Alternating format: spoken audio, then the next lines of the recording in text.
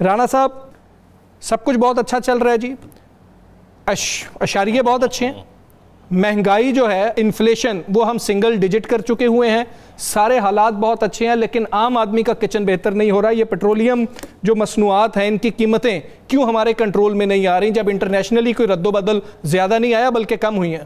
بسم اللہ الرحمن الرحیم، والصلاة والسلام علیکہ یا سیدی یا رسول اللہ، الصلاة والسلام علیکہ یا سیدی یا حبیب اللہ، تاجدار ختم نبوت، زندہ باد زندہ باد۔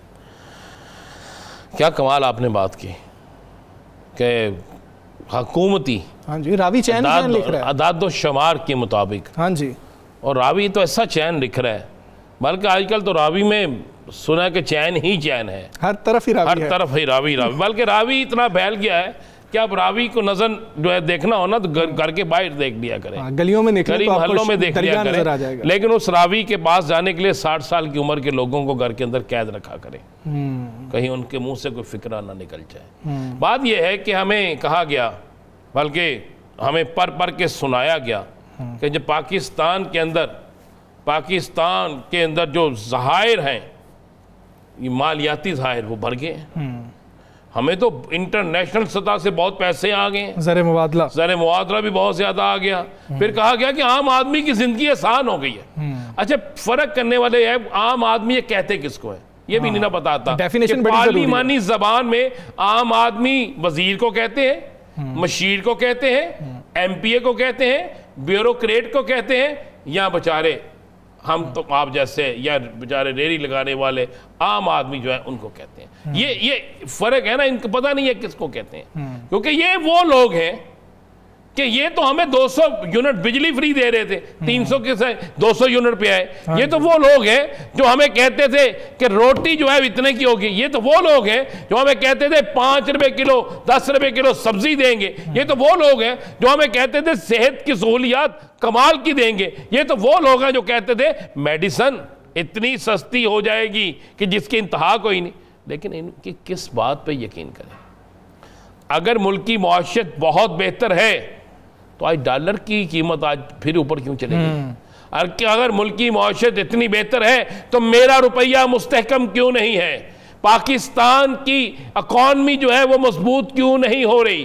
پاکستان کے اندر زانہ ہمیں ایک انجیکشن لگاتے ہیں، انجیکشن میں نے اس دن کہا تھا تو آپ نے برا بنا لیا تھا۔ کس چیز پہ؟ یہ جو روز روز ہمیں مارتے ہیں، کبھی پیٹرول کے بہانے، کبھی چیزیں مہنگی کرنے کے بہانے، کبھی گیس کے نرخ بڑھانے کے بہانے، کبھی بجلی کے نرخ بڑھانے کے، اب کیا ہوگا جناب؟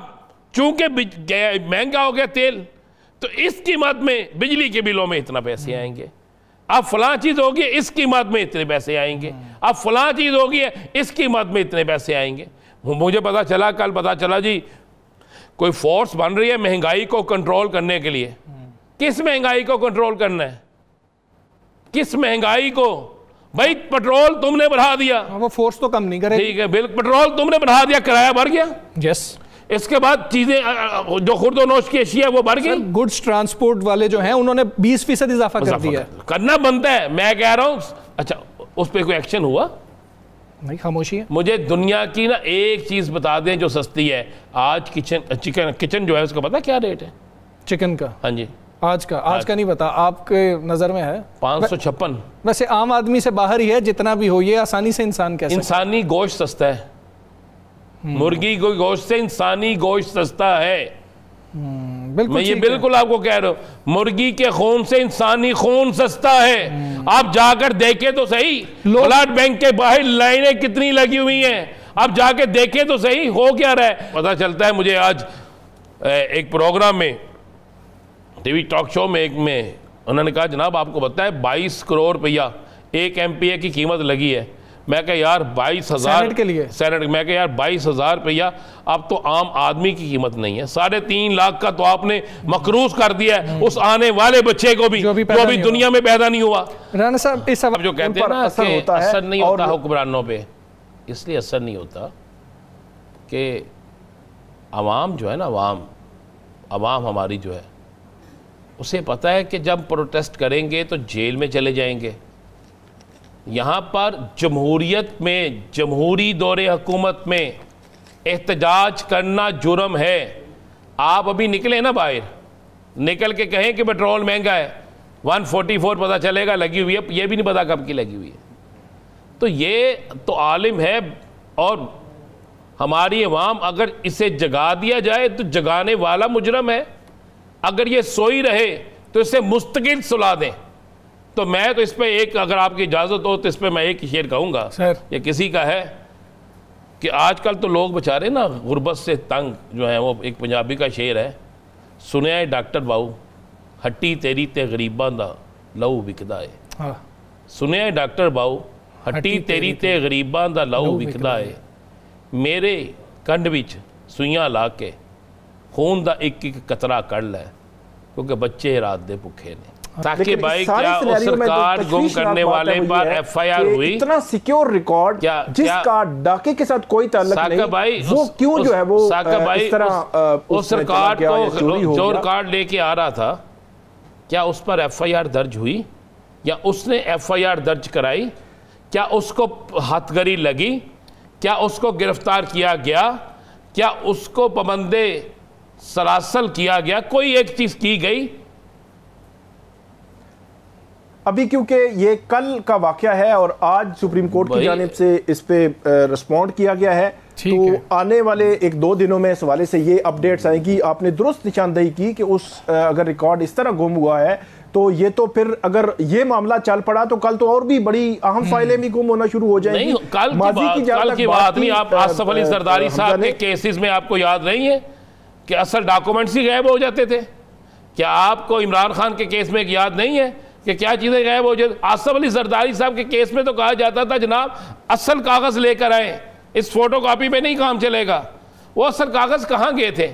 آج کے دن تک نہیں حل ہو سکا.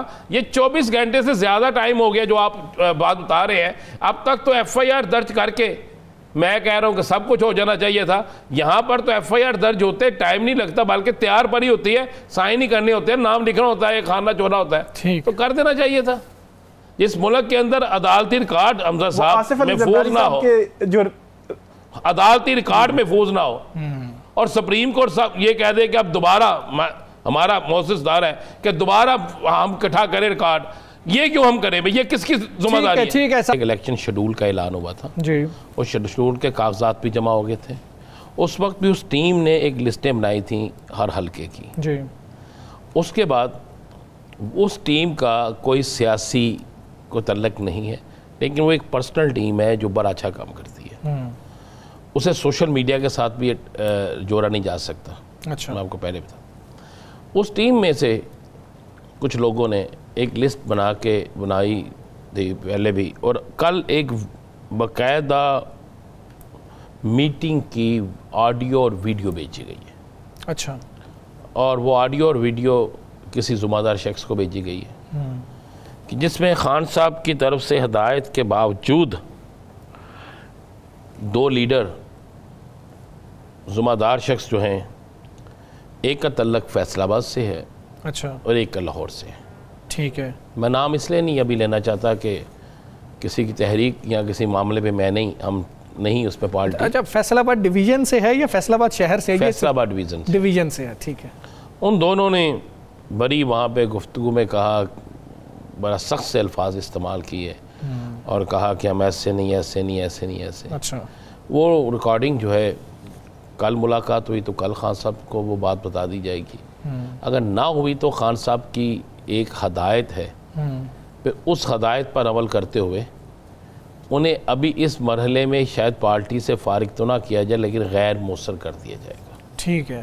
انہیں غیر مؤثر کر دیا. دوسری بات, آج آپ غور کریں کہ آج متحدہ اپوزیشن جتنی بھی ہے, اس کی اس تحریک کے حوالے سے ان کو ذمہ داریاں کی دی گئیں.